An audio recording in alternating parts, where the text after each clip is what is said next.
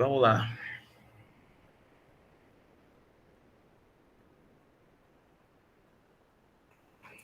Meu computador está numa lentidão.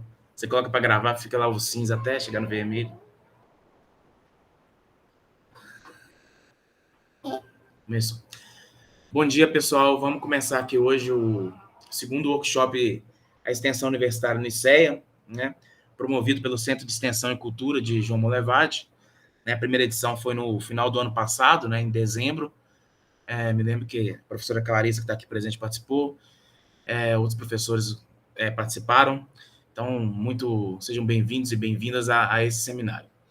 O objetivo desse workshop, na verdade, como foi no primeiro, e numa outra reunião que nós fizemos também ainda em 2019, ainda no modo presencial, é a gente ter um espaço para debater a extensão aqui no ICEA, né? Então, a ideia é a gente apresentar algumas coisas que nós levantamos em relação ao diagnóstico, né? Esse workshop pretende debater 2 temas. Nós fizemos um trabalho realizado de coleta em 2020 sobre como que a gente enxerga a extensão aqui no ICEA, e nós vamos apresentar esse trabalho nos primeiros 20, 30 minutos. Caso a gente queira debater sobre isso, a gente pode debater também. Depois a Laura, que é uma das bolsistas nossas, ela vai apresentar para vocês, também aí não muito demorado, um debate sobre o retorno presencial. Esse é um debate que está ocorrendo na universidade como um todo, em todas as suas atividades, inclusive no último Conselho de Extensão e Cultura, realizado na semana passada, se organizou uma comissão para avaliar as legalidades e as maneiras pelas quais a extensão deverá ser retomada nas atividades presenciais, né? Se tudo der certo e se as coisas ocorrerem bem, em algum momento a gente vai retomar alguma normalidade, né? Embora a normalidade hoje seja um termo muito complexo. Em termos de atividades presenciais, a Marna vai trazer um debate e depois a gente abre mais ainda, não que não está aberto desde o início para a gente conversar, é uma conversa, né? Um workshop, mas uma conversa sobre a extensão no ICEA, no sentido dos processos de curricularização, no sentido das dificuldades, dos nossos entendimentos. Então, esse é o objetivo desse momento aqui, né? Espero que a gente consiga fazer uma boa manhã de trabalho, né? E seja salutar no ponto de vista do desenvolvimento da extensão aqui da nossa universidade, mas especialmente do nosso campus, né? Que é a abrangência aqui de atuação do Centro de Extensão, né? Novamente, muito obrigado pela participação de todos vocês. Todo mundo se conhece aqui, senão talvez valeríamos a pena uma apresentação. Não sei se o Hugo conhece a Clarissa e a Eva. Bem, Clarissa e Edgar eu já conheço. Esse sou eu sou o Hugo, né? Imagino. Eva, quer se apresentar? Sim. Fica à vontade. Eu não estava preparada para abrir a câmera, não, mas tudo bem, né? Quando você estiver fechada, fica à vontade, só falar. Eu acho deselegante. Eu estou até com uma escada lá atrás que eu estava iniciando a faxina. Deixa eu dar uma disfarçada aqui. Gente, bom dia. Meu nome é Eva, eu sou professora no DEMP. Venho trabalhando aí, né, com disciplinas gestão de recursos humanos, comportamento organizacional, né, voltados aí no curso de sistemas. Aparece, né, de vez em quando alguns alunos da produção também, né? Provavelmente agora eu devo ficar também com psicologia, né, do trabalho. E eu venho desenvolvendo aí alguns trabalhos, normalmente voltados, né, para a área cultural, né? Um projeto que já tem 5 anos, né, que é Dança do Ventre na UFOP. É o último projeto, né, que eu tenho desenvolvido. Eu tinha iniciado a gente ia fazer um mapeamento, né, de algumas cachoeiras, né, os alunos tinham sugerido essa questão voltada para a preservação das águas, né, na região aí de João Molevade, enfim, a gente acabou que ficamos mais, o projeto até foi aprovado, devido à pandemia, a gente não começou, né, o levantamento de dados. É um prazer, né, estar com vocês, né, estou à disposição, né. Valeu, Eva, muito obrigado. Querem falar de algum? Não. Só vou falar que eu sou o Hugo, eu sou um professor novato aqui no Instituto, né? Comecei agora em julho. Eu sou do DCEA, né? Professor de matemática. Eu estou tentando conhecer melhor os outros professores e os cursos do Instituto. Por isso que eu estou aqui hoje, para aprender umas coisinhas. Larissa, Hugo, Laura. Oba, bom dia. Eu sou a Clarissa, sou professora do DEMP também. Assim como o Hugo, eu sou praticamente novata, né? Então, ainda não consegui desenvolver vamos dizer assim, algum projeto na área de extensão. E, na verdade, o intuito, né, de eu estar aqui nessa roda de conversa seria aprender um pouquinho com vocês, né, que já estão atuando nesse âmbito. E eu gostaria, né, na verdade, assim que a gente voltar a essa nova normalidade, né, a gente conseguir aí desenvolver, né, algo que pudesse, de fato, contribuir, né, para a sociedade em si e também, né, para a própria universidade. Obrigada aí. Obrigado, Clarissa. Só lembrando que, assim, a gente sempre tenta fazer os workshops, talvez seja um equívoco, a gente pode discutir isso aqui entre nós, próximo dos editais de extensão da PROEX, né? Porque também teria a intenção de potencializar as atividades de extensão da universidade, do campus, né? O edital da PROEX tem 2 entradas anuais, pelo menos tem sido assim nos últimos anos. Uma entrada é agora, tem até 3 de dezembro a submissão, e a outra entrada é em maio, né? Então, também os workshops a gente tem feito nesse sentido de potencializar essas atividades. Nós até fizemos uma reunião alguns dias atrás com os professores que coordenavam ações em escolas, para também, nessa linha de raciocínio, tentar potencializar ações de extensão no formato de programa. Né? Laura?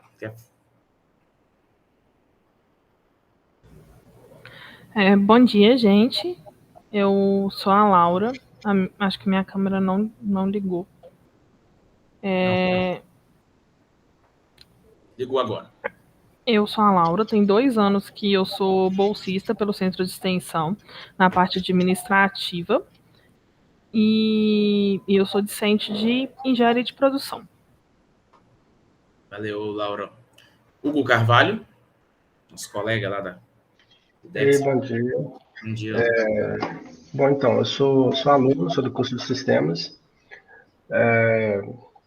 Meu interesse aqui no workshop é entender um pouco mais sobre o funcionamento do centro de extensão, porque o meu TCC é voltado para a área de divulgação de projetos. Então, acho que pode ser interessante para mim aprender um pouco mais sobre o funcionamento do centro de extensão e o futuro, né? Também acredito, dos novos passos.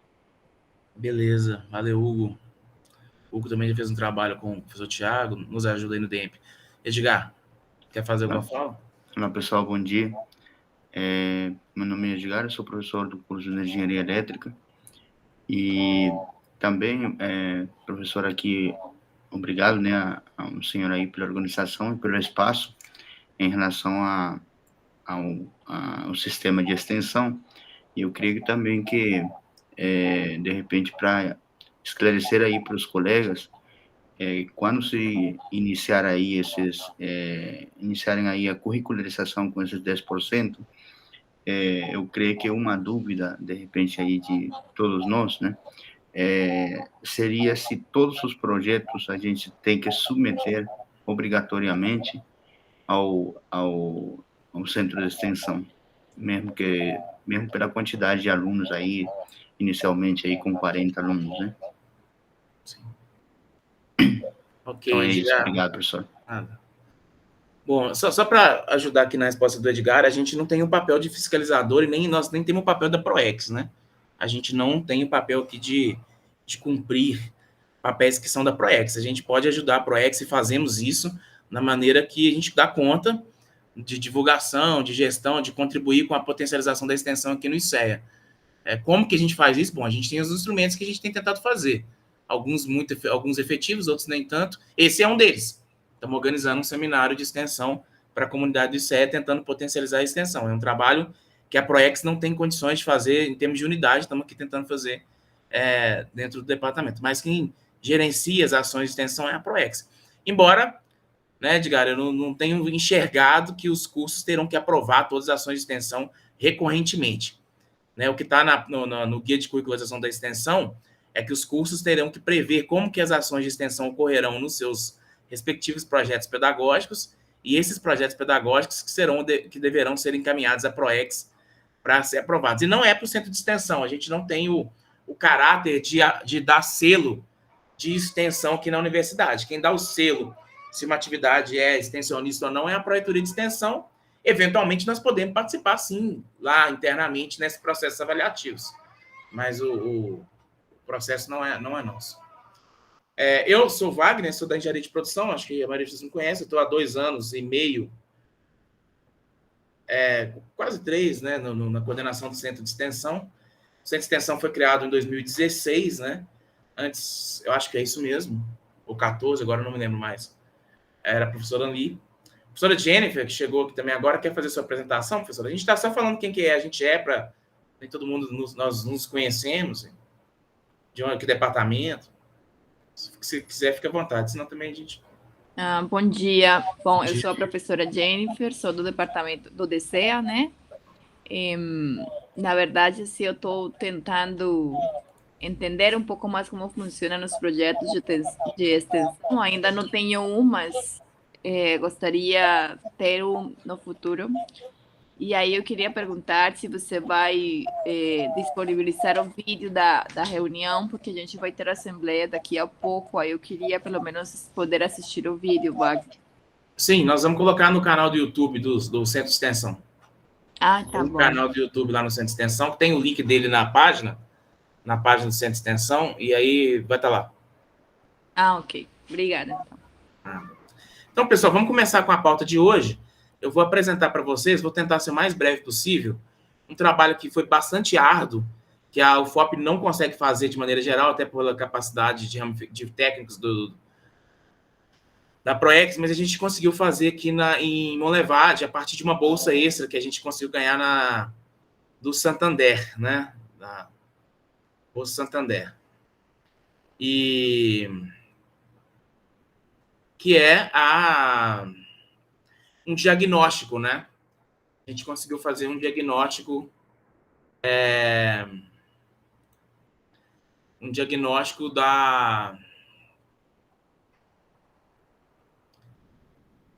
da extensão aqui em Monlevade, né? Deixa eu ver se eu compartilhar na tela, né? Então, deixa eu compartilhar a tela aqui com vocês.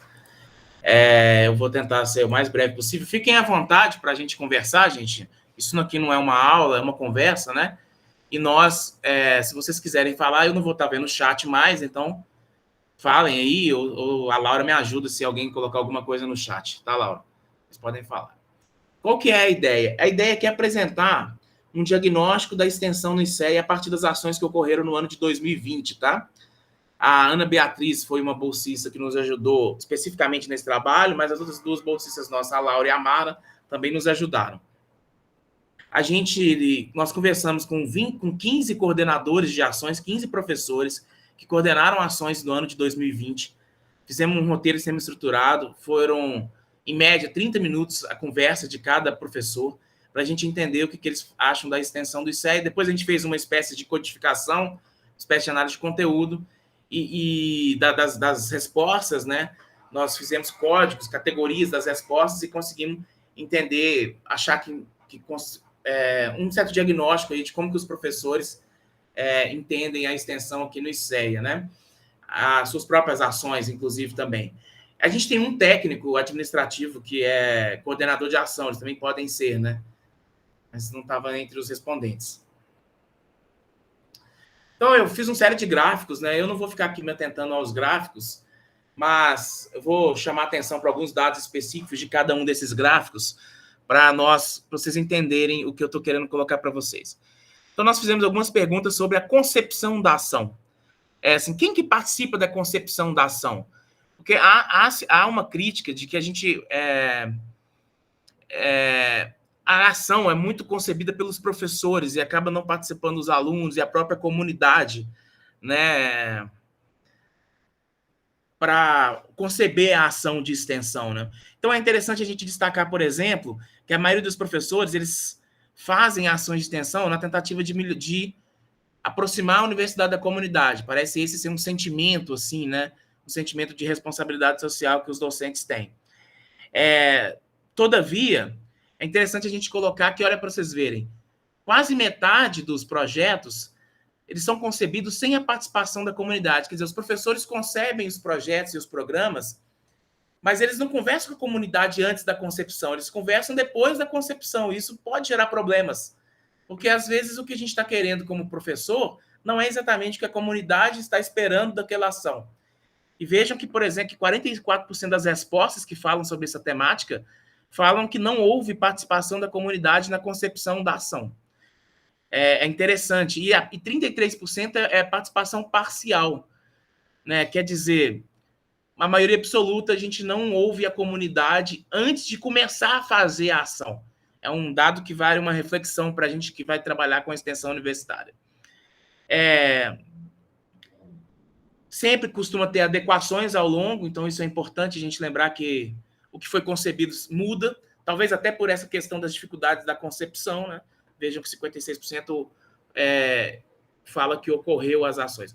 Esse percentual, pessoal, não necessariamente o número de professores, é o número de falas que remetem a essa situação, tá? Não é o número dos 15 exatamente isso. A gente também fez perguntas sobre as características das ações.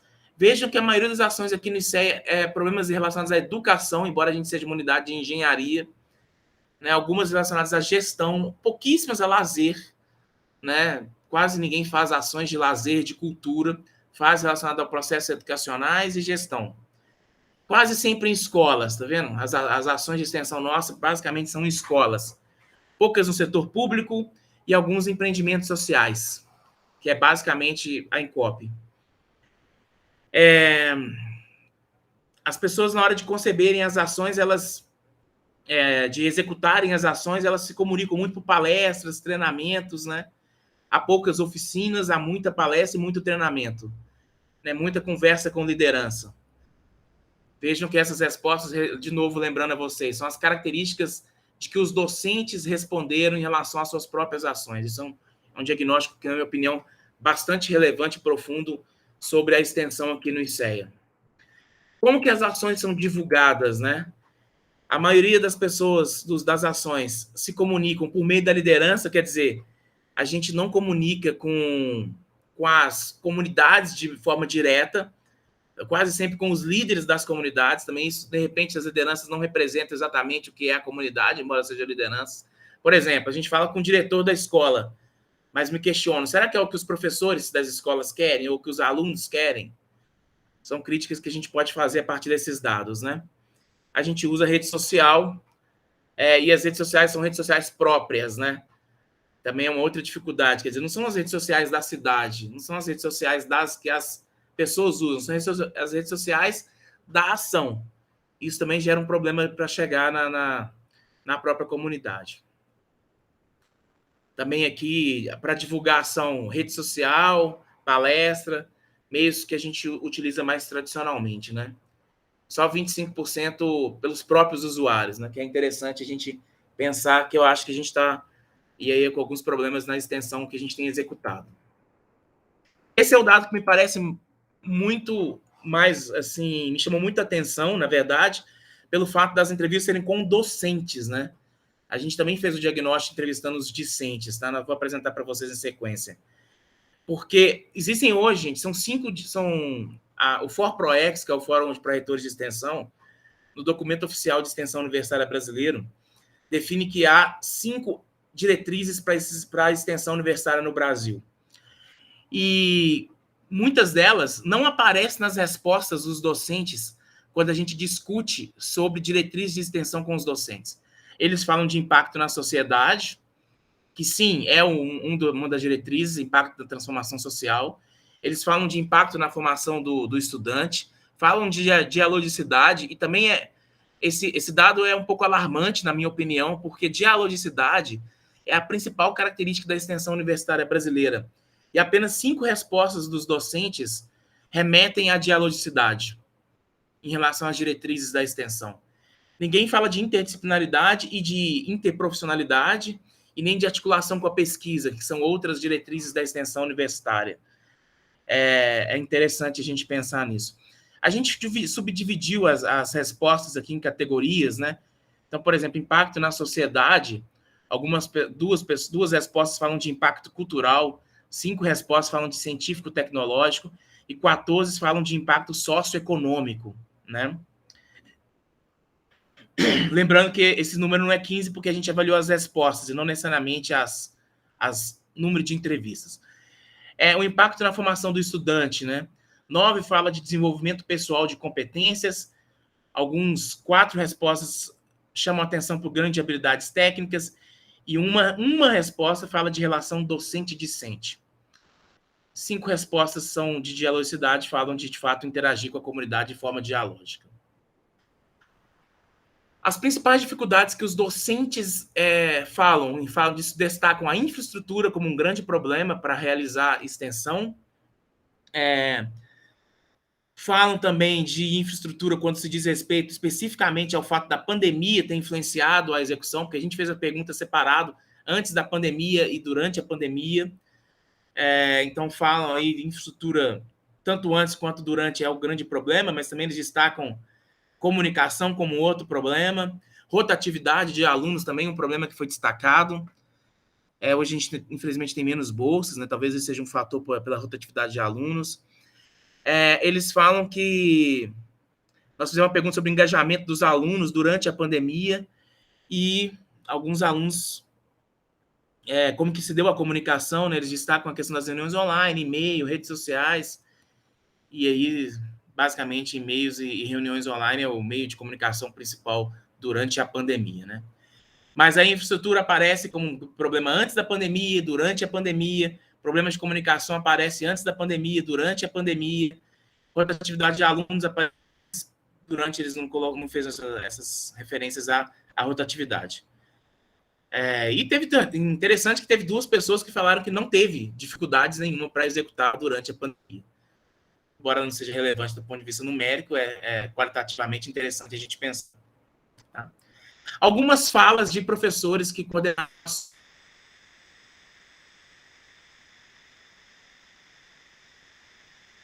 aspectos principais para projetos de extensão.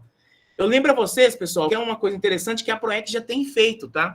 A gente ficar atento aos e-mails e ao site da Proex. Por exemplo, eu mesmo tive a oportunidade de fazer um curso de podcast. Já teve curso de edição de vídeo, teve mais um curso de podcast. Então, a Proex tem dado cursos de treinamentos em relação a algumas das ferramentas. Talvez não como esse professor queria, mas já existem algumas ações nesse sentido. Aí um outro coordenador fala que a população necessita saber o que é a universidade, isso motiva as pessoas da comunidade.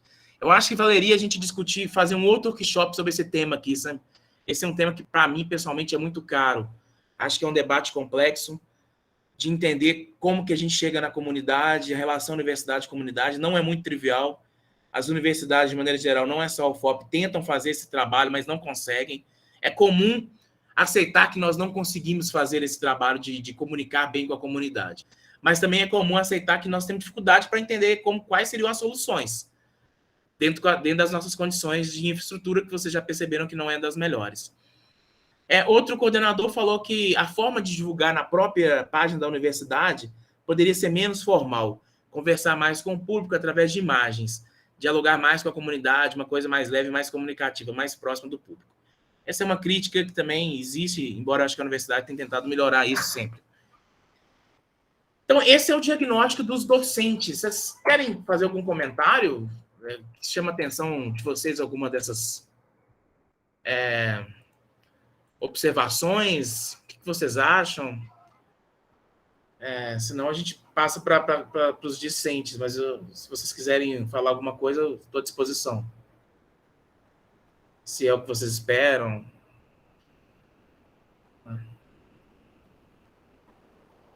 Pode falar, Edgar. Professor, obrigado. Bom, eu também participo aí, tem projetos de extensão, conjunto com outros professores, e tem sido muito produtivo, né, principalmente aí pela multidisciplinaridade, né, e quando nós fizemos ações aí nós estamos fazendo assim, ações nas escolas, e agora nesse tempo nós estamos fazendo ações de maneira remota com o pessoal, né, com as coordenações aí também, com os diretores das escolas, com os professores de ciências, no caso, para o projeto que nós temos. E antes da pandemia, nós também fizemos ações em 2 escolas, né, aqui na cidade, e todas as vezes nós fomos, assim, os professores nos receberam muito bem, né? Então, nós fizemos em escolas públicas, e esse, creio que é um grande desafio, e também, ao mesmo tempo, né, para motivar os colegas, porque nós temos aí próximo, aí ao ICEA, nós temos várias escolas, né, nos quais eu creio aí que as pessoas podem participar, e sempre nossos colegas das escolas estão aí de portas abertas aí para né, para que a gente possa ter essa relação aí com os projetos de extensão. Essa é a minha experiência. Legal. Bom, então, continuando, pessoal, a gente fez o diagnóstico também em relação aos discentes, né? Também nessa mesma linha. Aí os discentes foram questionados mais estruturados quantitativamente. Foram 34 respostas dos discentes que participaram de ações de extensão no ano de 2020. Então, a maioria era da engenharia de produção junto com a elétrica. 32% de cada um dos respondentes era fazer produção e elétrica. Computação e sistema, 15%. A maioria absoluta entrou na universidade entre 17 e 20, 21% entre 12 e 16. Lembrando que nós coletamos esses dados no ano de 2020, tá? 74% dos alunos ingressaram na ação antes da pandemia e 26% durante a pandemia. Então, a maioria dos alunos já faziam parte da extensão universitária antes da pandemia. Quase 70% são homens. Isso representa... É um pouco difícil fazer alguma conclusão, porque a maioria dos alunos nossos já são homens, né? Talvez seja uma proporção parecida. Não tenho certeza. A maioria dos discentes se classificam como pardos, 41% branco e 9% preto. A maioria está em 18 a 25 anos, né? 6% acima de 30 anos e 26 a 30 anos, 18%, para a gente entender o nosso perfil. Alunos participaram na concepção da ação, 44% falaram que sim, que eles participaram completamente. 21% falaram que em alguns momentos e 35% falaram que não participaram. Quer dizer, os que não participaram, eu estou supondo que a concepção foi toda pelos docentes e técnicos, né, eventualmente. Quando que eles ingressaram na ação, se foi durante a concepção, se foi depois da concepção, se foi antes de estabelecer o contato com a comunidade. 41% foi durante a concepção, 38% foi após a ação se iniciar, mas antes de estabelecer o contato com a comunidade, e 21% após iniciar o contato com a comunidade. Que é sempre um problema esse caso, né? O contato já foi estabelecido e a gente tem que os alunos são novos. Impacto na extensão, o que eles consideram, né? Eles consideram que eles tinham algum conhecimento parcial sobre extensão antes de participar das ações, eles se motivaram para participar das ações devido ao desenvolvimento pessoal, que eles acreditam que as ações os permitem. Alguns colocaram desenvolvimento técnico. Aqui eles poderiam marcar mais de uma resposta, tá? Então, nem necessariamente a soma é 34. Alguns eles tinham... nesse caso aqui era 34, nesse caso aqui não poderia marcar mais de uma. É interessante a gente pensar as competências, né? Todos falam competências pessoais, alguns falam técnicas, alguns falam competências sociais, né? Se acham que a extensão proporciona aquisição de conhecimento, 15 falam que muito conhecimento, 7 falam que pouco conhecimento, 11 falam que não sei dizer se agregou conhecimento, e 1 também acho esse resultado um pouco alarmante, assim, talvez porque todo mundo falou que impacta na formação dos estudantes, mas só 15 entendem que impactou de forma bastante, de forma muita. Sim, 7 falaram que é pouco, 11 não sabe dizer, e 1 falou que não agrega. É interessante esse resultado, na minha opinião. Acho que é uma reflexão boa para os coordenadores e para as extensões universitárias do ICEA. A comunicação com a coordenação, como que os alunos enxergam a comunicação com seus coordenadores, né? A maioria fala que é ótima, boa, ninguém fala que é ruim ou péssima. A maioria que é algumas vezes na semana e alguns falam semanalmente, né?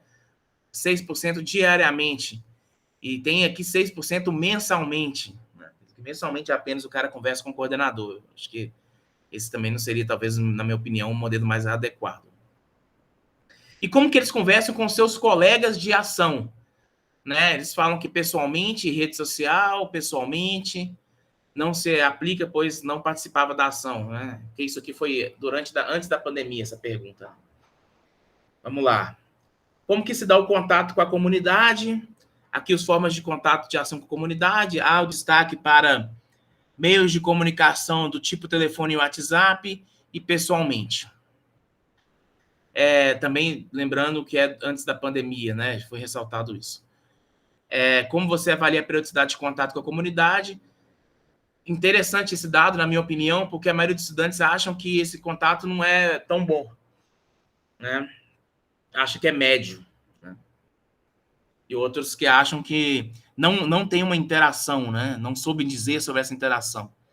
Também é interessante a gente refletir sobre como que a gente tem trabalhado a extensão nessa perspectiva da comunicação dos discentes com a comunidade. Principal forma de divulgação da ação, muita gente usa rede social, né? Algumas poucas têm site, outras poucas, uma ação não divulga, né? A avaliação da ação, né? Como que é a avaliação da ação de uma forma geral e a autoavaliação dos estudantes, né? Se as ações possuem processos avaliativos, né? Sim, a maioria das ações, os estudantes enxergam que possuem processos avaliativos. Em relação à periodicidade, eu acho até interessante isso, quer dizer que uma ou mais vezes no mês se faz um processo avaliativo de uma forma geral da ação. Há processo de autoavaliação em 60% quase das ações de acordo com os estudantes, e os estudantes falam que a periodicidade de autoavaliações é uma ou mais vezes no mês. É interessante, quer dizer, o processo reflexivo interno parece que tem ocorrido, né? Os processos de avaliação têm ocorrido de maneira geral nas ações de extensão aqui do ICEA, né? É interessante esses dados também nessa linha de raciocínio. A comunidade avalia a ação. Então, 71% fala que sim, que a comunidade avalia, 29% fala que não, que a comunidade não avalia. Lembrando que as respostas são de estudantes. Qual a periodicidade da avaliação da comunidade? Também é um dado bem singular, que 44% dos estudantes falam que a avaliação acontece uma ou mais vezes no mês para a comunidade em relação à ação. Também é bastante impactante esse dado no meu entendimento. Dificuldades de ação, sim, muitas, que é 15%, quer dizer, sim, poucas, 59%. Acho que eu não fui muito feliz na escolha aqui das cores, mas se o sim muitas e sim poucas dá uma grande quantidade. Apenas 26% fala que não há dificuldades. Eu também já chamo a atenção 26% dos estudantes falar que não há dificuldades para executar a ação. As principais dificuldades, embora seja meio contraditório, né? Porque eles falaram que não são, mas responderam as principais dificuldades. Falta de adesão da comunidade é o que mais se destaca. Eu acho que esse dado é muito coerente com aquela questão da concepção da ação, né? Se a gente fizéssemos relacionamento entre dados, me parece interessante a gente chamar a atenção que os estudantes falam que a principal dificuldade é não adesão da comunidade, e a gente tem um outro dado que fala que a comunidade não participa da concepção da ação. Tá? Dificuldade de comunicação durante a execução na pandemia, tá? Só para relembrar que é antes da pandemia, e aqui é durante a pandemia. Então, problemas relacionados à comunicação são os problemas que se destacam. Comunicação entre os participantes também se destaca, eles colocam ótima e boa, né? Mas há problemas de comunicação, são os principais. E comunicação entre estudantes e comunidade também é apontado como ótimo por 35% dos estudantes, ou seja, 12 dos que responderam, mas há problemas aí, inclusive 3 estudantes que colocaram que é ruim a comunicação entre os estudantes e a comunidade, 0% colocaram que é péssimo. Desafio em realizar a ação na pandemia, teve 5 que responderam que não houve execução da ação durante a pandemia, 6 falaram que é a comunicação, né, e 28 contato com o público-alvo. Aqui eles puderam marcar mais de uma alternativa. Oportunidades a partir da forma de atuar na pandemia. Muitas pessoas destacaram que isso permitiu um aumento do aparecimento da universidade em relação à comunidade, ou à integração da universidade com a comunidade. Flexibilidade de horário, divulgação, aumento de pessoas atingidas, né, alcançadas, seria melhor, dentro do processo de oportunidades que os estudantes enxergaram a partir da pandemia, né? A gente fez uma pergunta também mais diagnóstica, assim, não que o resto não fosse diagnóstico, mas para a gente entender um pouco a gestão da extensão na universidade, né? Então, a gente perguntou se os estudantes acessam a página da universidade. 32% algumas vezes na semana. E 32% apenas para procurar alguma coisa específica, um item específico, né? 21% semanalmente, 9% quinzenalmente, 6% diariamente e 0% mensalmente. Quer dizer, 32% procuram a página da universidade apenas se tiver alguma coisa específica querendo saber. Perguntando a mesma coisa sobre as páginas da PROEX e do Centro de Extensão. A gente até acrescentou aqui que não acesso, né? Ou não sabe responder 35%. Quer dizer, a página da PROEX e do Centro de Extensão não alcança os estudantes, né? 15% semanalmente, algumas vezes na semana, quinzenalmente 9%. Alguém deve estar querendo falar, eu já vou terminar aqui, está quase no fim, e eu passo a palavra. Perguntamos sobre as redes sociais da universidade, se eles seguem. 12% fala que segue todas ou muitas, 74% fala que segue algumas e 15% fala que não segue nenhuma, né? Perguntamos sobre o conhecimento sobre ações de extensão, aquelas que eles não participam. Aqui em verde são as ações do ICEA, em laranja são ações da UFOP fora do ICEA, nessa outra cor aqui, que é um laranja mais escuro, outras universidades. Vejam que não conhece nenhuma, um só que respondeu que não conhece nenhuma outra ação do ICEA, 13 ações de fora da UFOP e 15 de outras universidades. Conhece poucas, quer dizer, a maioria dos estudantes conhece poucas ações do ICEA, algumas poucas da UFOP fora do ICEA e algumas na universidade. É interessante a gente entender que os estudantes conhecem mais ações de fora da UFOP do que dentro da UFOP, mas fora do ICEA. Também é um dado interessante. Se conhece muito, se consideram que conhecem muito. 11 estudantes falaram que conhecem muitas ações do ICEA e conhecem muitas ações da UFOP fora do ICEA e 2 que conhecem ações de fora da UFOP. E não responderam 2 pessoas em relação às ações do ICEA, 5 em relação às ações da UFOP fora do ICEA.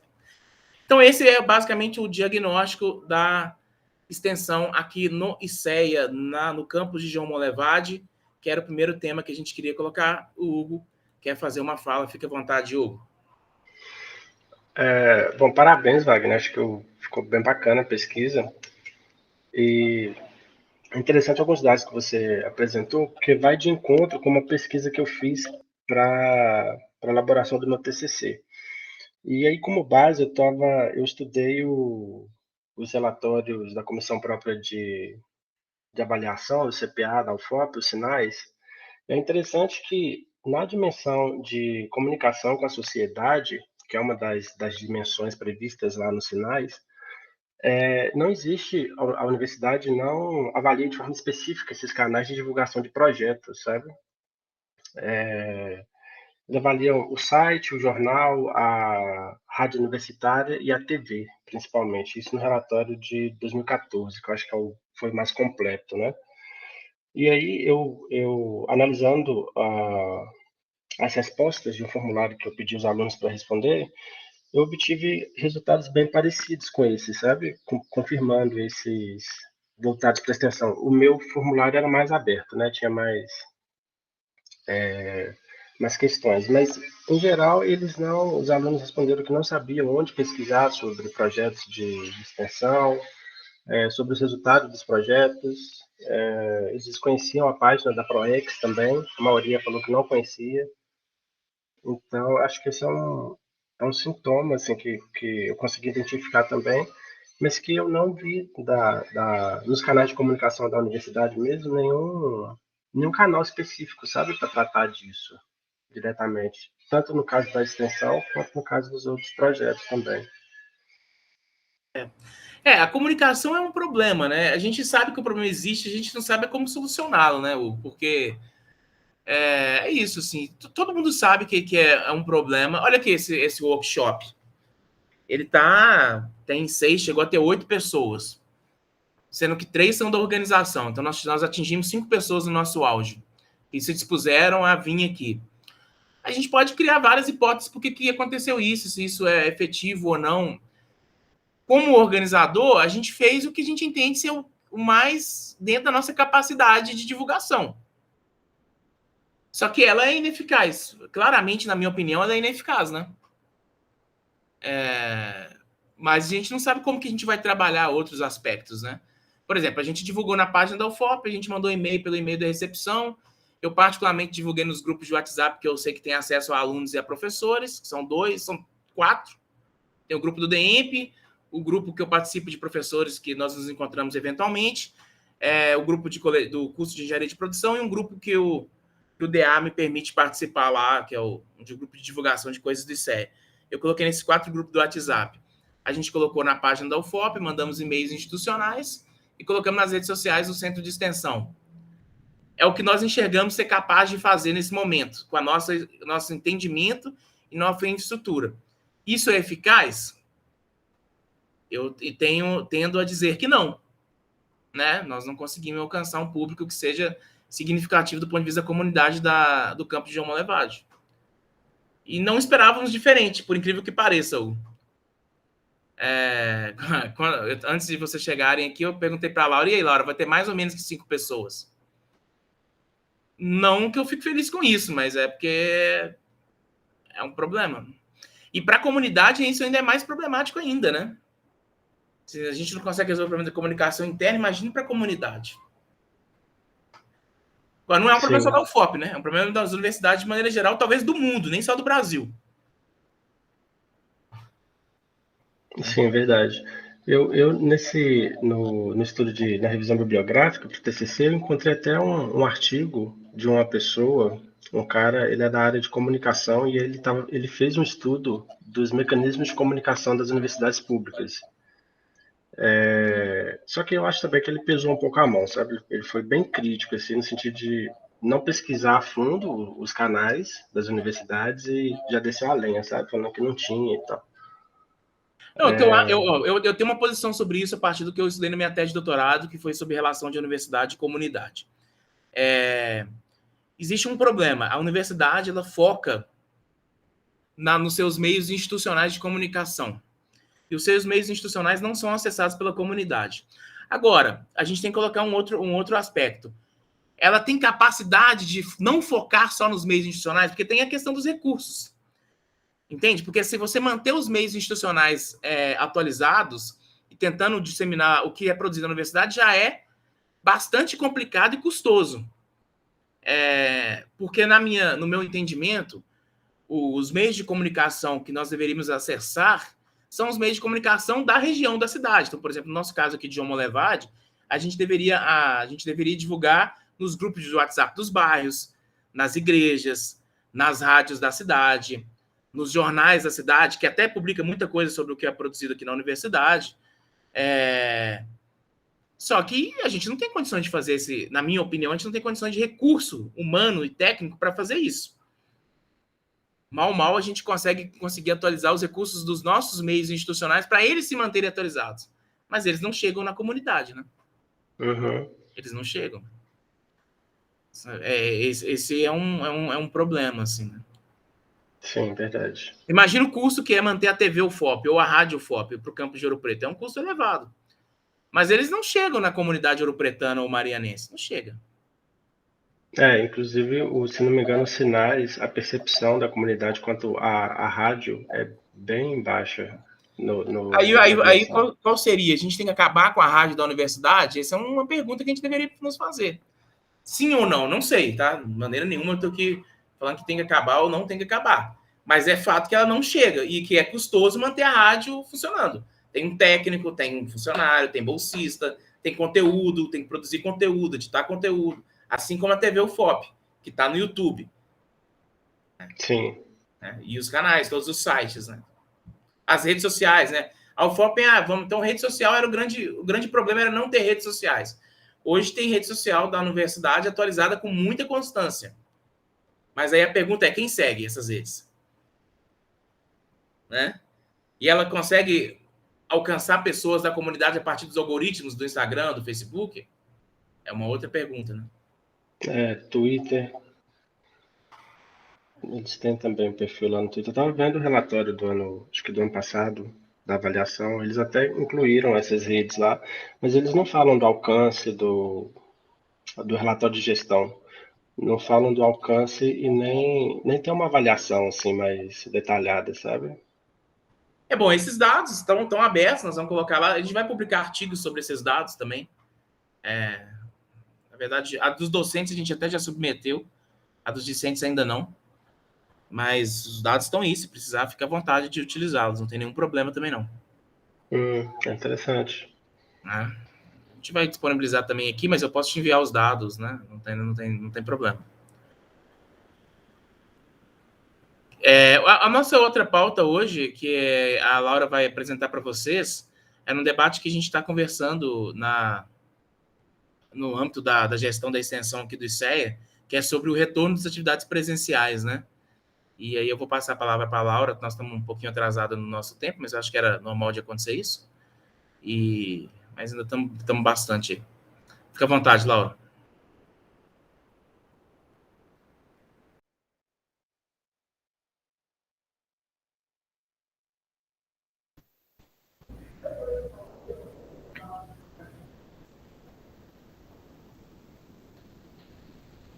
Então, bom dia, né, gente? Mais uma vez.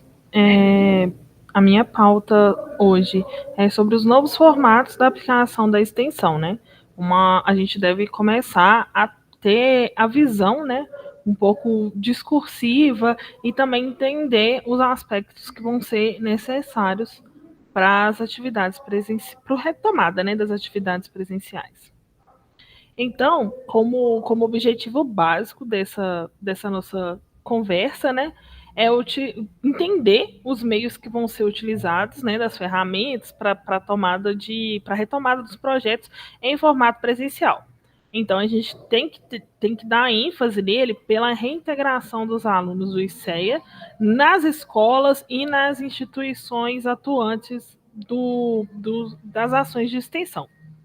De forma que a gente deve entender as medidas de segurança e respeitar ambas as instituições. No caso da UFOP, ela vai lançar, né, a minuta de plano de retomada e com suas portarias, né, e as determinações que vão ser necessárias para adequação. E, consequentemente, as instituições que a gente atua com contato com o público-alvo também têm a sua forma de agir e suas regras de segurança, né? Então, a gente tem que entender que a gente deve respeitar ambas as partes para poder estar atuando. Então, aqui a gente tem uma visão em relação das ações de extensão que estão em vigências hoje no ICEA. Atualmente, a gente tem um público de 15 projetos ativos que atuam em escolas, outros 8 atuam com a população de forma geral, 7 em instituições diferenciadas, 5 desses são vinculados a programas e existem 4 ações institucionais. Então, assim, a gente vê que o grande público-alvo acaba que são as escolas e as instituições e populações. A forma com que a gente deve estar adequando e entendendo os processos de retomada e como que a gente pode estar garantindo, né, o conhecimento com a segurança dos alunos participantes do projeto e também do público-alvo em si.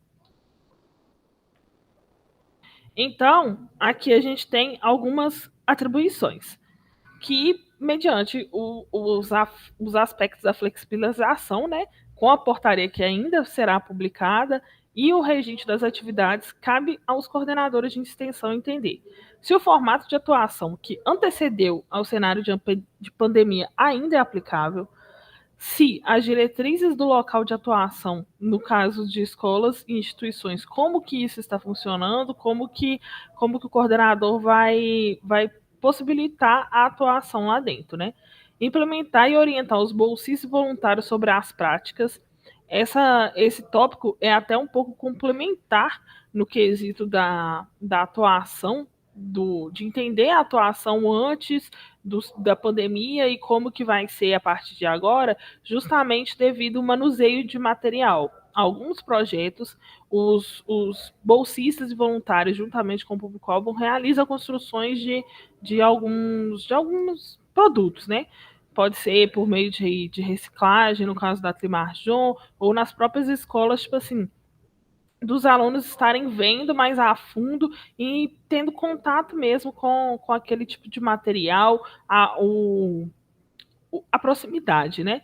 Então, é justamente orientar os bolsistas, respeitando ambas as instituições, e ver se vai precisar de ter uma adequação da forma em que foi atuada. E, por fim, criar planos de ação que possibilitem a atuação, né? Sem ter a perda de conteúdo. No caso do manuseio, como que a gente pode como que o coordenador precisa entender como que ele pode estar atribuindo o projeto dentro da instituição sem ter uma perda de conteúdo, sem ter um desgaste assim, do público-alvo e dos alunos no quesito desse repasse de conhecimento. Então, a gente tem como resultados esperados, né? Que o processo de adequação das ações sejam retomados, né, respeitando as normas sanitárias e aplicado nos pilares da extensão. Principalmente no quesito de estar levando o aluno para fora da sala de aula, do aumento da curricularização e da atuação em si no campo, né? E a disseminação do conhecimento pelos alunos universitários para os públicos-alvos de determinado projeto.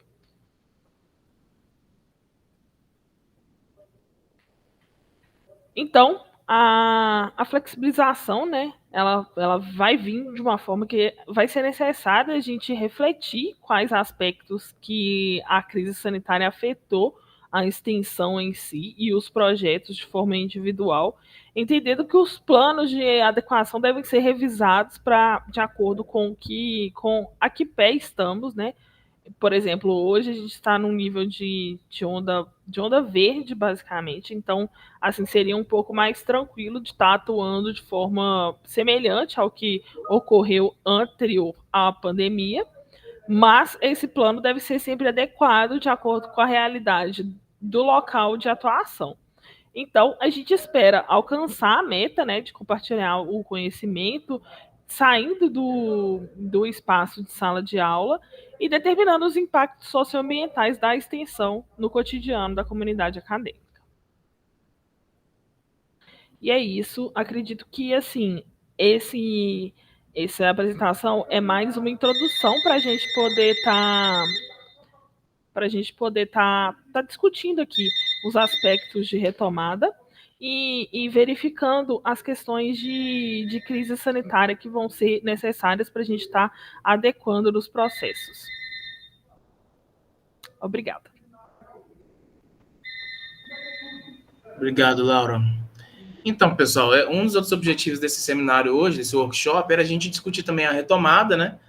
Mas muito chamando a atenção que eu acho que dentro do que a Laura colocou, existe, como eu falei antes, uma comissão já criada pelo Conselho Superior de Extensão e Cultura da Universidade para conseguir estudar um pouco a legislação, né, e outros aspectos que serão importantes para ser considerados na retomada das atividades presenciais quando acontecer, né? Lembrando que a universidade não tomou essa decisão ainda em relação a nenhuma atividade. Lembrando que hoje à tarde, inclusive, tem um conselho universitário, né? Hoje às 14 horas, que tem como pauta esse debate. Então, essa questão das regras sanitárias dos locais que as ações ocorrem, né? Eu acho que esse é um aspecto muito importante, a gente entender que nós temos que trabalhar dentro das regras da universidade e, simultaneamente, temos que cumprir as regras sanitárias do local na qual as ações ocorrem. A gente tem muita ação em escola, né? As escolas aí têm dinâmicas da Secretaria Municipal, da Superintendência Regional de Ensino, né, do Estado, tem as próprias regulamentações da cidade de João Monlevade, algumas pessoas fazem ações em cidades vizinhas, né, e aí tem que ficar atento às regulamentações das cidades vizinhas. Então, na verdade, nos chamando a atenção para que o plano de ação dos projetos que forem submetidos ao edital da PROEX, que está aberto até o dia 3, tenham como consciência essas dificuldades de compatibilizar, às vezes nem é dificuldade, né? Às vezes já está compatível, mas de compatibilizar as regras sanitárias de cada ente, né, que participa da ação. Um deles é a própria UFOP e outro, claro, as regras da comunidade na qual a ação ocorre, né? É basicamente assim, é uma orientação mais para o próprio coordenador tá verificando, né, com uma determinada antecedência, ver como que ele vai poder e quais alternativas que ele vai ter para poder justamente não prejudicar os aspectos extensionistas dentro da universidade, né, no quesito da retomada, e também possibilitar essa atuação.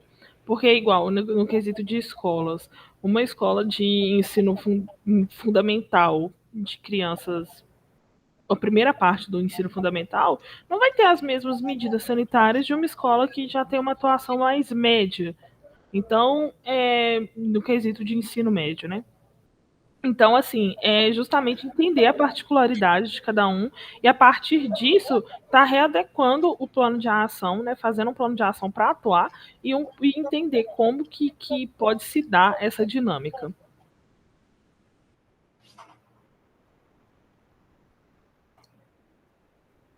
É isso, pessoal. Estamos em discussão aí. O final era para a gente bater um papo, né? Fica à vontade, que vocês quiserem comentar, fazer algum comentário, vislumbrar isso.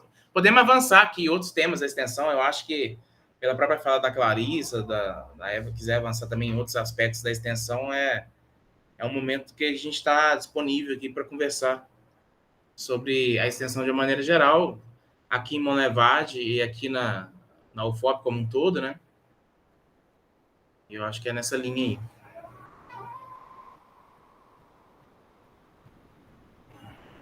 Se vocês puderem preencher, pessoal, a lista de presença e fazer uma avaliaçãozinha, mais que seja pouca gente, a gente acha que é qualitativo o retorno de vocês. Então, eu coloquei aqui no chat, rapidinho, 2 minutinhos vocês fazem. Tem um espaço para comentários mais qualitativos, se vocês quiserem preencher, claro que é vontade, mas não é obrigatório. Nos ajuda aqui a entender melhor. Pode falar, Hugo, fica à vontade.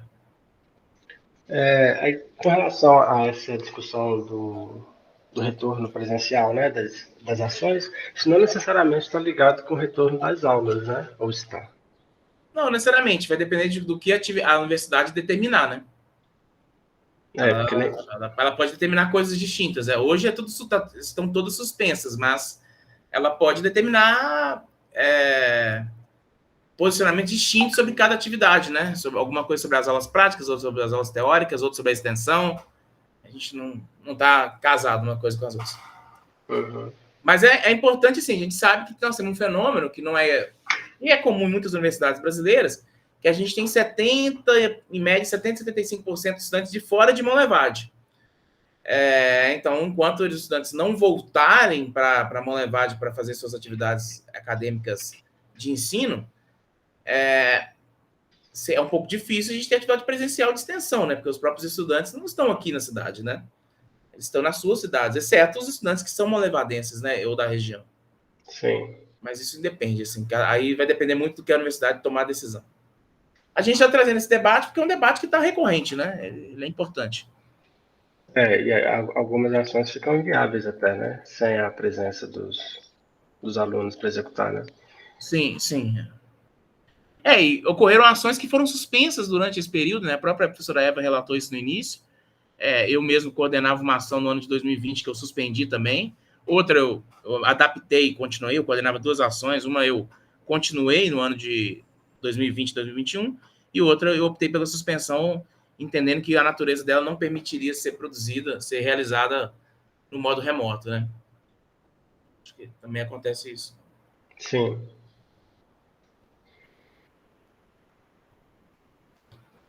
Silêncio, pessoal. Então, o nosso objetivo era esse, assim, a gente abrir um espaço para conversar sobre a extensão.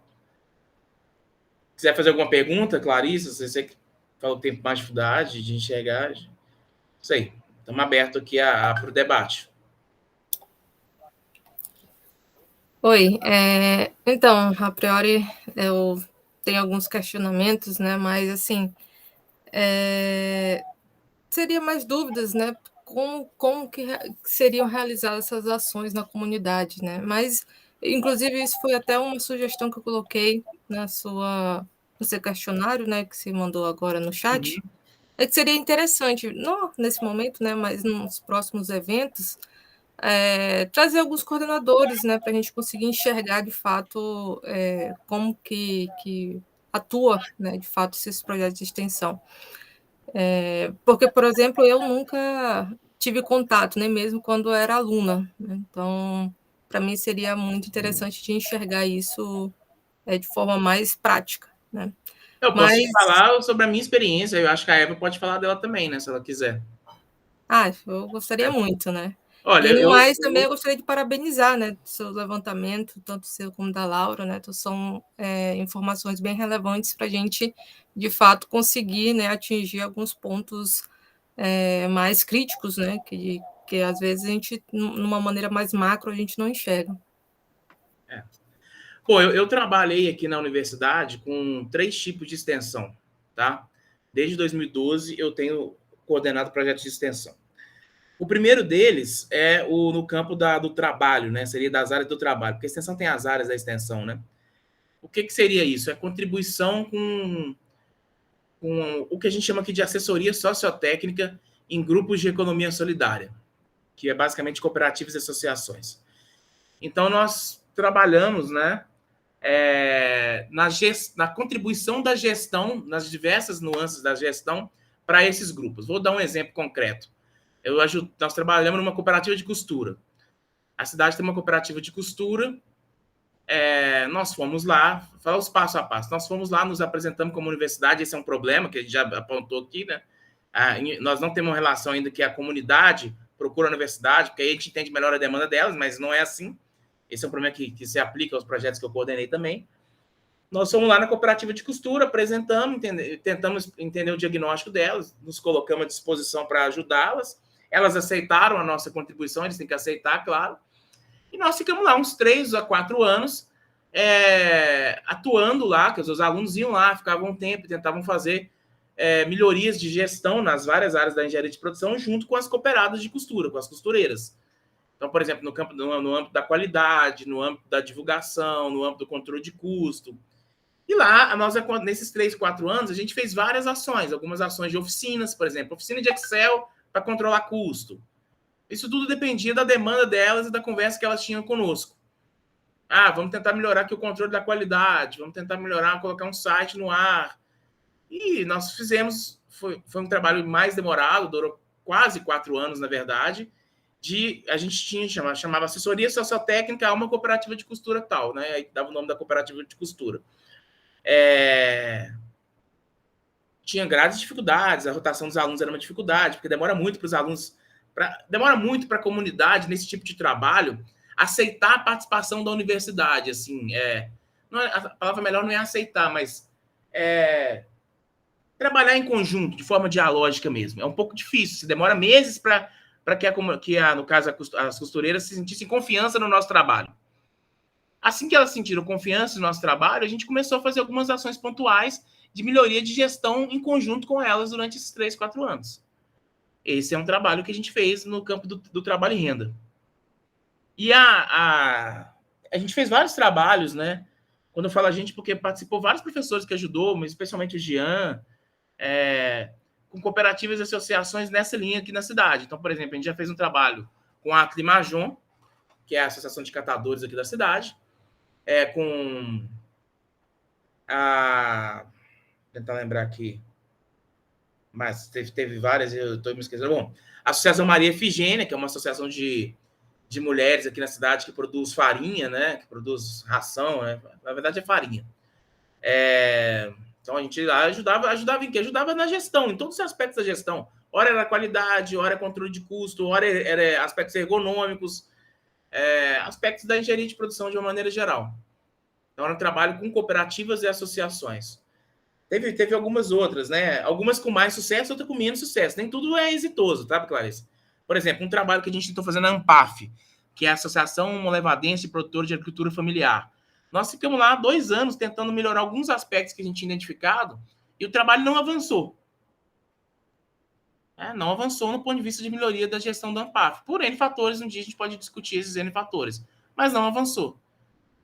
Outras associações avançaram mais, outras avançaram menos, é muito no tempo delas, nas dificuldades que elas possuem, nossas dificuldades também. Então, esses trabalhos foram basicamente na mesma linha de raciocínios, né? A gente procurava as associações. Na verdade, a gente até fez um trabalho inicial de mapeamento das associações e cooperativas da cidade.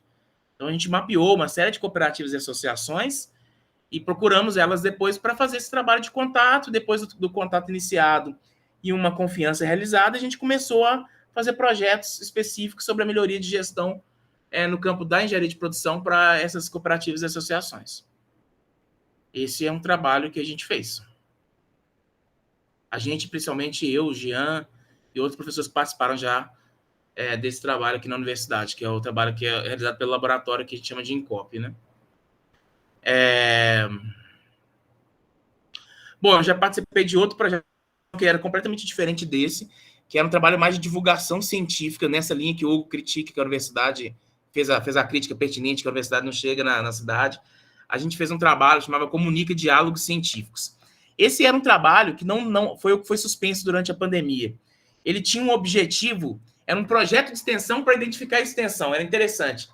Qual que era o trabalho? Os alunos passavam nas casas, nas comunidades e sociedades, em volta do campus da UFOP, nos bairros em volta da UFOP. A UFOP fica no Luanda, né? Então, no Luanda, no Belmonte, no Laranjeiras. A gente perguntando o que eles achavam da universidade, o que eles achavam que a universidade tinha que ter.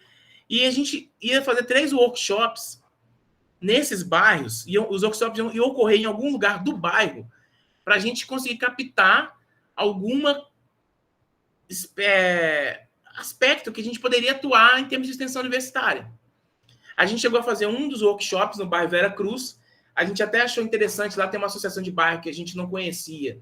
Nem chega a associação de bairro, mas é o Centro Comunitário Vera Cruz, que também tem dificuldade de gestão, tem uma série de dificuldades que a gente poderia ajudar, mas acabou que a pandemia fez a gente suspender.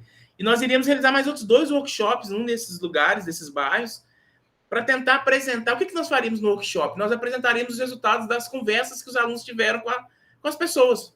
Literalmente, os alunos iam nas escolas, iam nas casas e faziam umas perguntas. O que você acha da universidade? O que você espera da universidade? O que a universidade mudou aqui na sua vida, aqui na cidade? Coisas desse tipo. Esse era um projeto de extensão que tinha uma finalidade de identificar outros projetos de extensão justamente para sanar o problema da gente conceber projeto de extensão sem a comunidade participar dessa concepção. Mas é um projeto que foi suspenso durante a pandemia. É um projeto que começou no início do ano de 2019 e tinha previsão de terminar no início do ano de 2020. Ele se chamava Comunica, Diálogos Científicos. O nome eu coloquei mais lúdico, né? Mas era isso que eu narrei para você. Um terceiro projeto que eu participo, durante 2 anos, numa outra linha de projeto de extensão, é projeto em escola, também um desses N projetos que ocorrem em escolas aqui. A gente fez uma parceria com a Escola Luiz Prisco. O que significa fazer a parceria? A gente foi lá e perguntou o nome da diretora, ligamos para ela e perguntamos: você tem gente que você conversar conosco? A gente é da UFOP, professor.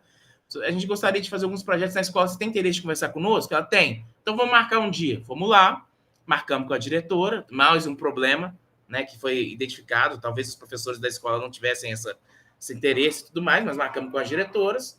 São 2 mulheres atualmente, diretora e vice.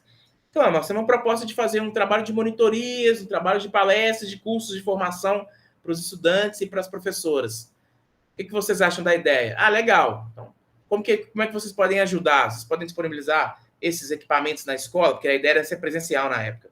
Depois voltou adaptando para ser remoto.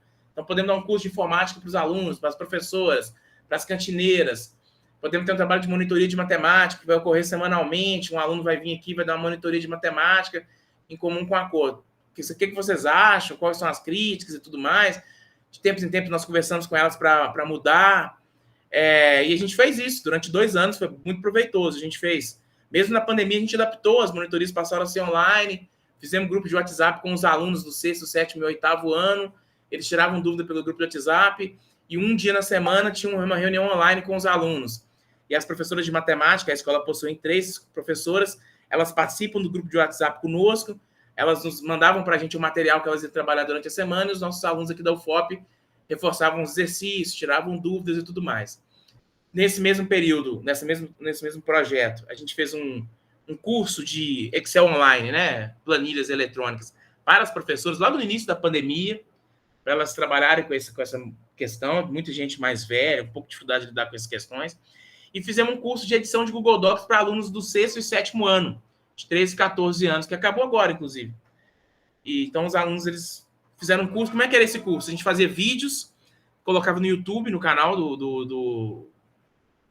O projeto tem um canal no YouTube, a gente fez vídeos sobre o Google Docs, e uma vez por semana, uma vez a cada 15 dias, nós nos reuníamos com os alunos online, para o aluno da UFOP explicar para ele o que ia acontecer. A gente fez entrevistas, como a gente adaptou para o modo online, a gente fez várias entrevistas com pessoas sobre educação de maneira geral, colocamos no canal, com um psicólogo, um psicopedagogo, aí a gente procurou. Aí vai mais o contato de quem está, procuramos o CAPES, né, para dar uma palestra, CAPES aqui de Bom Levade. E, bom, em linhas gerais, foram os 3 tipos de ações que eu participei nesse meu tempo aqui de universidade, cada uma com uma característica muito diferente, cada uma com um propósito muito diferente, mas todas elas dentro da dinâmica da extensão universitária. Talvez se a Eva quiser falar como que foi a vida dela de extensionista, que a Eva também é uma professora que tem bastante tempo atuando na extensão, se quiser, fica de vontade, senão é isso, Clarissa. Bom, Wagner, na verdade, eu não tenho tanto tempo assim, né? O meu projeto, né, esse aí de dança do ventre, ele é extremamente trabalhoso, né? Eu venho conduzindo aí já há uns 5 anos. E, assim, o curioso, essa questão de que tem que surgir não, a questão de ser interessante o projeto surgir a partir de uma demanda social, né, das pessoas que estão fora da universidade, é um pouco complexa, né? Porque eu acho que a nossa rotina, não sei se encaixa, né, da maioria dos professores. Eu acho que é muito complexo, mas é o que eu acho que seria mais efetivo, né? Em termos Exatamente. Parece assim, a nossa rotina ali fica muito na UFOP, né? Então, talvez pela distância, né? Inclusive, as minhas alunas do curso de dança colocam, né, essa dificuldade de a universidade ser muito longe do centro. E principalmente as aulas são à noite, né? Então, para elas irem até lá, elas acham um pouco complexo, mas assim, eu acho que eu, particularmente, tenho pouco diálogo com o centro de João Molevade, né? Que é Carneirinhos. Então, quando eu chego em João Molevade, eu fico basicamente na UFOP, né? O tempo todo. Então, como que surgiu esse projeto? Foi de conversas informais com alunas, né, da universidade, elas falando que a gente não tinha nenhum tipo de atividade cultural. Aí parece que tinha um aluno lá que ministrava aula de forró em uma academia, e aí eu sugeri, né, a questão da dança do ventre, porque eu faço dança do ventre já há muitos anos. Então, quando eu fiz uma pesquisa nas academias, me parece que na época, acho que tinha 5 academias, uma ofertava de tempos em tempos essa aula, mas uma modalidade, assim, meio que para elite mesmo. É uma coisa muito, né, é um estilo de dança muito caro, né? Tanto a mensalidade é cara, os figurinos são caríssimos, né, e tal. E aí, em diálogo, né, com essas alunas, a gente começou a pensar, então, e se a gente fizesse um projeto de extensão, claro, gratuito, né, e convidasse também a comunidade externa. E aí a gente tinha um problema de espaço físico, né? Eu acho que o ICEA, né, normalmente tem, né, esse problema de espaço. A gente não tem uma sala, né, que a gente poderia usar para isso. Como que você ministra uma aula de dança também sem espelhos, né? Ainda tinha esse problema. Na época a gente conversou bastante com a Anli, e parece que uma sala que tinha lá era do pessoal da Atlética, e a Anli meio que assim não permitia de forma alguma que a gente dividisse a sala com eles, né, com os alunos, enfim. No fim eu busquei uma parceria com a Casa de Cultura, que é um espaço muito bonito, né, da prefeitura, onde tem muito curso, né, muitas atividades, oficinas, né. Eu não sei se são gratuitas, né, para o público. Eu acho que sim, parece que todas as atividades lá são gratuitas. E lá tinha, sim, um espaço imenso e com pouco espelho, mas a gente acabou fazendo essa parceria, a coordenadora permitiu, né, que então a UFOP fizesse essa parceria, a gente começou a usar esse espaço. Só que, assim, na divulgação, né, eu sugeri que fosse em torno de umas 30 alunas, e parece que houve um problema de comunicação, ou, na verdade, o interesse mais político, né, de dizer agora nós temos mais uma atividade, né, cultural, e colocou assim no jornal e tal, então praticamente a cidade inteira, né, baixou lá para fazer essa aula de dança, né, gratuita, no sábado de manhã. Ela falou que tinha 98 inscritas, né? E assim, eu achei meio complexo, né, para coordenar tudo isso, e alunas da UFOP, se eu não me engano, foram umas 12, né, no primeiro momento. Enfim, o curso, as aulas foram acontecendo, a gente foi tentando dividir durante a manhã, né, do sábado, a gente dividia em vários grupos, né, tentando os passos básicos, e no fim foi reduzindo, né, a turma foi reduzindo, e a gente sempre tentando negociar, né, com o Centro de Extensão da UFOP, né, lá em Ouro Preto, a possibilidade, né, da gente conseguir verba para fixar espelhos, né, no campus, né, mas tinha o problema também de sala. Depois surgiu nessa sala lá, próxima à quadra, né, a Anli até nos comunicou dessa sala lá, não sei que tipo de atividade que tinha lá antes, de forma que poderia ser usada, né, para atividades de extensão. Aí, através de um edital, né, em 2014, a gente conseguiu, com muita luta também, os espelhos, né, e foram fixados. A gente começou, então, a ter as aulas desse projeto de extensão quinzenalmente na Casa de Cultura e quinzenalmente na UFOP. E, assim, é interessante e tal, mas, assim, né, Clarice, se você verificar, a Laura também, acho que não, né, nunca assistiu, né, uma aula, eu acho que o que as alunas menos fazem é dançar, né? Realmente elas têm assim, né? A gente conversa bastante sobre o empoderamento feminino, sobre a questão da autoestima, elas valorizam demais a questão das amizades, né? Tem senhoras, né? Eu tenho uma aluna de 74 anos, ela assim, super vaidosa, a maioria realmente é muito vaidosa. Elas chegam no projeto, elas começam a treinar bastante a questão da maquiagem, e assim, começa a chamar as vizinhas, e elas têm achado realmente o projeto interessante. Nós tentamos nessa versão aí agora, né, 2020, 2021, online, mas elas realmente têm muita dificuldade, algumas não conseguem baixar o Meet, né, no celular, então nós fizemos aí 2 aulas e não foram muito produtivas, né, então, assim, tem sido isso. Inclusive, desse projeto lá na Casa de Cultura, foi solicitado que a gente fizesse a apresentação, né, no final de 2015, no teatro, né, da cidade. Esqueci o nome ali do teatro, o Wagner, me ajuda aí. No Centro Educacional. Isso, no Centro Educacional. Eles fazem um evento grande, apresentam todas as atividades que aconteceram na Casa de Cultura, e foi muito bonito, né? A gente tem os registros, né? Depois a gente mostra para vocês, realmente é tudo muito interessante. Enfim, esse foi o projeto, né, que eu venho conduzindo aí há um tempo.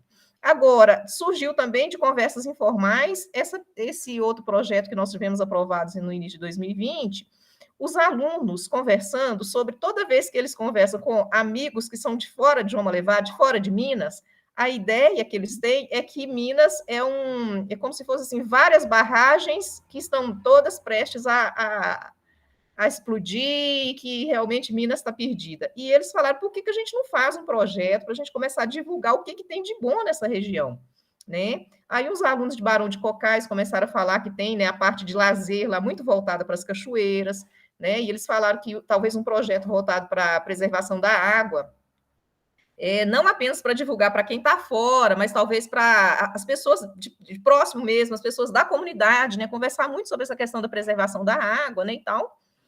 E aí a ideia seria, então, fazer um mapeamento, né, de quais cachoeiras que teriam mais próximas de João Molevade, que tipo de ação, né, que a universidade poderia contribuir, né, nessa questão da preservação, e talvez até evoluir para uma questão turística, né? Será que a gente poderia divulgar um turismo voltado para as águas na região, enfim? Aí seria nesse sentido, né? Então, foram 4 alunos, né, se eu não me engano, 2 de Barão de Cocais e 2 de João Molevade, e nem sei mais hoje, provavelmente eles até já tenham formado. Mas é isso, Clarissa. Então, né, não são grandes realizações, né? Apesar de serem projetos pequenos, mas eles dão assim, um pouquinho de trabalho, e eu percebo que a comunidade envolve. Por exemplo, no projeto Dança do Ventre, eu estou vendo, nos últimos anos, tem menos envolvimento das alunas da UFOP e mais envolvimento das pessoas externas, tá? É isso, qualquer coisa eu estou à disposição, quando voltar às aulas presenciais, né, espero que você, Laura, né, Clarissa, apareça lá para fazer algumas aulas conosco. Com certeza. Wagner e Eva, nossa, muito interessante todos esses projetos, e na verdade eu só tenho a agradecer mesmo esse relato, né, das experiências, para mim, né, que sou acho que uma das últimas que entraram aí do ICEA, né, os últimos docentes, eu e o Hugo, né, que não está aqui agora. É importante a gente ter essa percepção, de fato, da execução desses projetos, né, até para a gente conseguir enfrentar até esses obstáculos que vêm surgindo, a gente meio que se situar, né? É claro que tem particularidade de cada projeto, vai ter uma dificuldade diferente, mas é muito interessante a gente conseguir aprender com a experiência de vocês, né? Então, só tenho a agradecer. Eu acho assim, né, Clarice? Vou te falar uma coisa, um panorama geral. A gente tem muitos projetos hoje, alguns professores, até por essa dificuldade de chegar na comunidade, chegar nas pessoas. A gente tem muita dificuldade, muito preso dentro da nossa vida aqui, dentro do ICEA, né, dentro da UFOP, que usa... Tem a debate da divulgação científica, né? Então, projetos que usam muito o YouTube, como produzir material para o YouTube, né? Muita gente faz projetos desse tipo. Também é extensão, né? Dentro da divulgação científica, né? Mas tem projetos que... Sempre com aquela dificuldade inicial da confiança, alguns projetos. Por exemplo, tem muito projeto no Hospital Margarida. Tem projeto da produção no Hospital Margarida, que a Luciana e o Júnior tocam. Tem projeto da engenharia elétrica, que o Juan é o coordenador do Hospital Margarida, que é um projeto basicamente de eficiência energética. O mesmo projeto de eficiência energética, o Iriton e o Juan já trabalharam com as escolas públicas aqui da cidade. O Iriton já coordenou um projeto de educação sobre energia, ele é da engenharia elétrica, nas escolas. O pessoal da computação tem projetos, por exemplo, o Thiago França, ele fez um aplicativo sobre dengue, divulgou nas escolas, sabe? Era um joguinho. Matar o bichinho da dengue lá, Aedes aegypti, e divulgou nas escolas para as crianças de 6, 7, 8 anos, né? São projetos, são todos com muita dificuldade, nenhum é muito fácil. O relato da Eva está aí para mostrar, nenhum é muito, muito fácil. A universidade não tem grana para extensão muito. Agora melhorou, tá? Porque esse ano, pela primeira vez, depois de muita luta nossa, eu vou te falar que o Centro de Extensão de Monlevade atuou fortemente para conseguir isso. Tem um edital publicado de auxílio à extensão, tal como foi publicado agora. É a primeira vez que acontece aqui na universidade. E a gente batalhou bastante para ter esse auxílio à extensão. É pouco, não é suficiente, mas era 0. Então, assim, é uma dificuldade, a gente vai fazendo. Agora tem a lei, né, da curricularização da extensão, que vai mudar toda essa dinâmica.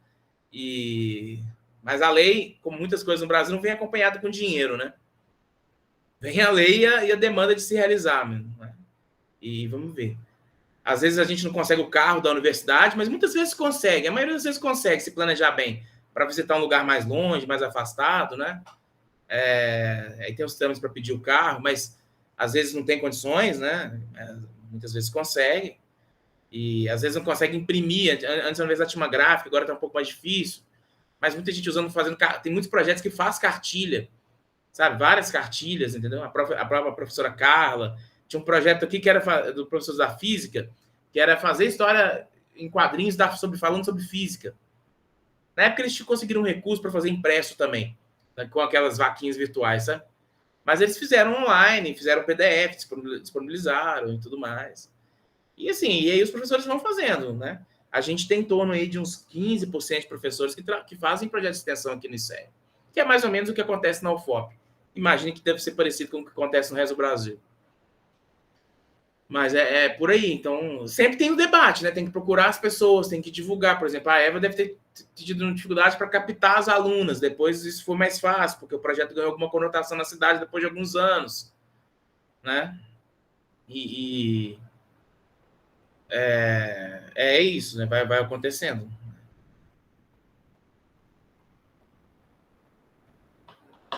Professor Wagner, só acho que uma observação também. Eu estava lembrando aqui de um projeto que eu participei, e como essa questão do escopo do projeto, né, da comunidade, acaba sendo uma coisa muito pessoal, né, do professor coordenador ali.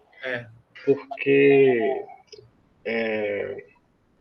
teve uma vez eu participei de um projeto em que o professor ele não estava incluindo a cidade, né, de Monlevade no escopo do projeto. Sabe, assim, estava pegando algumas capitais, tipo, São Paulo, BH e tal, Ouro Preto, mas Monlevade ele não colocou no escopo. Aí eu fui sugerir, assim, eu falei, mas em Monlevade e tal, né, a comunidade aqui da universidade não vai pôr, não. Ele, não, vamos pôr, vai ficar legal e tal. Aí incluiu, sabe, mas a princípio não tinha. Aí eu fiquei pensando nisso, assim, sabe, como não tem uma diretriz Claro. Não é obrigado ser em Monlevade. Você pode fazer projeto de extensão em Belo Horizonte, por exemplo. Não tem nenhuma obrigação de ser aqui na nossa região. Pode fazer. A UFOP tem vários projetos de extensão fora das regiões de Ouro Preto, pelo estado de Minas todo. Não é uma obrigação. Mas é claro que eu acho que esse é um posicionamento meu, né? Acho que a gente tem que dar preferência para as ações aqui da nossa região mesmo. Não só em Monlevade, eu acho que a gente tem capacidade. Tudo bem que hoje tem mais. O recurso de transporte está mais restrito. Mas a gente avançar um pouco para as cidades do Médio Piracicaba, né? Barão de Cocais, Santa Bárbara, Nova Era, Bela Vista de Minas e outras cidades aqui da nossa região. Uhum. Mas não tem uma obrigação, né? Não é uma lei, assim, tem que ser daqui, né? Sim, não entendo. Tem vários projetos interessantes. Um projeto que eu sempre pensei em fazer, mas é que eu não entendo muito, era de medir a inflação de Monlevade e criar um site, um portal que as pessoas iam começar a acostumar a entrar nesse portal para ver a inflação da cidade. Porque ninguém mede inflação nas cidades pequenas. As pessoas medem inflação nas grandes cidades brasileiras. E esses índices que a gente pega são a partir das grandes cidades. E tem uma diferença grande, né? Em alguns aspectos, com certeza, né? Não, aluguel, por exemplo, apesar que o Monlevade está bem inflacionado o aluguel de tempo para cá, né? Mas antigamente tinha uma diferença grande, assim, de moradia, valor de moradia e tal, do interior para o centro, né? Pro BH, por exemplo. Clarissa, assim, eu tenho muitas ideias, sabe? O negócio é capacidade para fazer. A maioria fica sem fazer. Tem muitas ideias. Tem muitas coisas que a gente pensa, assim, que a gente não poderia ser feito, mas não dá para fazer tudo, né? Mas eu já avancei, falando de aluguel, eu já pensei aqui num portal enorme sobre aspectos microeconômicos e macroeconômicos da cidade, de Monlevade da região, que a gente pudesse ter alunos que captassem os dados, fizessem análises estatísticas dos dados e publicassem para a população. Eu tenho certeza que rapidamente isso ia se disseminar na população, nos jornais da cidade, as rádios iam usar lá o site como base para... E é um negócio que não precisa exatamente de ir na comunidade no início. Sabe? Você não precisa de ir na comunidade para fazer isso. Embora seja um projeto de extensão enorme. Mas com os alunos de sistemas lá, de computação, dá para conseguir o pessoal automatizar isso, né? É super interessante. Isso é bem bacana mesmo. Pensando nesse aspecto, podia até utilizar, tipo assim, em mais de um departamento, talvez ter co-coordenação. Acho que vários projetos são vários. No próprio trabalho da Incop, a gente já teve vários professores da computação. A gente já fez, por exemplo, uma vez um software para gerenciar os participantes do Bom Samaritano, né? E quem era um trabalho que foi intermediado por meio da gente, né, do Jean e eu, mas o professor Alexandre Magno, ele contribuiu, assim, todo o processo técnico, né, de construção do sistema. Nessa linha de raciocínio, né? Uhum. O Bom Samaritano é aquela instituição que faz recuperação de dependentes. Exato, Não sei se eles usam ainda, mas o sistema que foi feito para gerenciar os dependentes lá foi a gente que fez. De graça, um projeto de extensão. Sim, não, bacana. Bem bacana.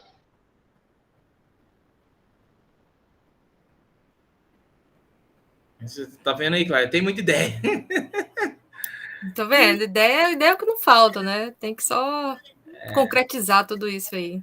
Tem que sentar, escrever o projeto, né? Mas isso é até relativamente rápido depois de alguma experiência, né? Os primeiros é mais complicado.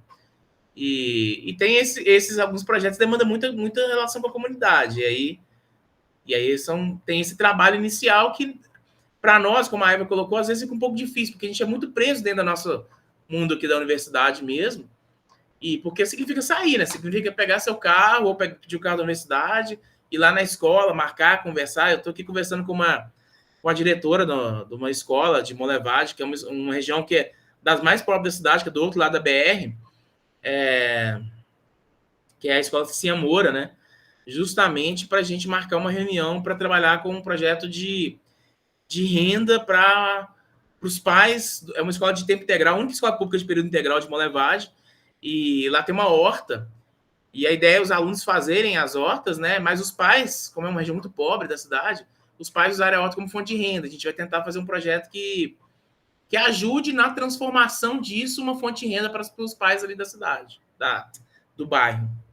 E aí eu estou trocando uma ideia aqui com a diretora da escola para a gente marcar uma reunião que eu vou lá, né? Conversar, conhecer a horta, conversar pessoalmente. Nós já conversamos pelo Google Meet, mas não é a mesma coisa, sabe? Precisa lá ver os olhos brilhando para ver se as coisas caminham ou não. E tanto o meu quanto dela. Esse trabalho é um complexo. Não é um projeto que vai começar agora. Nós conversamos uma vez, vou conversar com ela semana pessoalmente mais uma, talvez mais algumas vezes, até a gente achar que dali vai sair um projeto que a gente tem condições de levar. É um assunto difícil para a gente, porque a agricultura familiar não é uma expertise nossa do ponto de vista técnico, né? Então precisa, por exemplo, fazer parceria com a Emater. Com certeza nós vamos ter que fazer uma parceria com a Emater, porque a gente não entende de agricultura, né? A gente entende mais de gestão como engenheiro de produção. Mas a gente vai atrás da Emater, né? Que é a empresa mineira de assistência rural, né? Extensão, esqueci o nome, o que significa Emater. Mas é o pessoal que é técnico em agricultura que ajuda aqui os agricultores da cidade, da região. Nós vamos atrás, se o projeto caminhar, né? Ô, Wagner, uma coisa também que nós chegamos a pensar uma vez, eu nem lembro se eu comentei com a Lucinéia, foi a questão da gente fazer uma horta comunitária ali no ICEA. Não sei se daria também para transformar em um projeto de extensão, mas seria talvez para ocupar os terceirizados não, os anistiados. Porque espaço a gente tem ali, né? Muito espaço. E a gente está tentando conseguir o espaço lá de trás, daquela casinha, né? Você sabe que o Thiago já fez o pedido para a prefeitura. Eu não sabia, não. Não sei se acho que a prefeitura, não sei, mas eles fizeram. Eu sei que o Thiago me mostrou. Ele conversou com o prefeito, daquela casinha final, sabe? Que não é da UFOP, no finalzinho, e depois do estacionamento, sim. ser anexado ao ICEA, ao UFOP. Não, legal. Eu não sei se deve sair, eu imagino que saia, mas aí é mais um espaço, né? É interessante. Que ali também era um projeto comunitário da cidade de farmácia que tá parado, está abandonado, né? Aquele espaço. Oh, gente, que pena. É espaço da prefeitura. Tudo mais. Então, Clarice, assim, tem muita ideia, cara. Acho que tem muitos eventos de extensão. No site do Centro de Extensão, lá tem uma seção só de periódicos e de congressos de extensão. Se você entrar lá, você tem lá uma seção só de periódicos e uma de congressos. Aí você entra no site dos congressos ou dos periódicos, e aí você vê muito exemplo interessante que a gente pode aplicar, né? Por exemplo, você estava falando de empoderamento, né? Um outro projeto que eu pensei aqui sobre empoderamento feminino era um projeto que discutisse mulheres na ciência nas escolas, ou nas jovens da cidade, ou do bairro Luanda. Interessante. Poderia ser negros, né? Fazer uma parceria com a AMAD, que é a Associação Molevadense e Afrodescendente, e tentar fazer uma discussão sobre os negros na ciência molevadense, por exemplo, ou na ciência, um debate com os negros da cidade e tudo mais, com os pretos, né? São debates né? São coisas legais, assim. É isso, pessoal. Eu acho que nós estamos encerrando o nosso workshop. Foi pouca gente, mas achei muito legal nossa conversa. Com certeza. Bem interessante, viu, Wagner? Parabéns. Vamos tentar disponibilizar, né, Laura, no canal do YouTube lá, que quase ninguém acessa, Hugo? Sim, nós vamos disponibilizar tanto no canal do YouTube, vamos estar deixando também o link das notícias lá do site do Centro de Extensão. Beleza, pessoal. Obrigado. Vou aqui parar a gravação.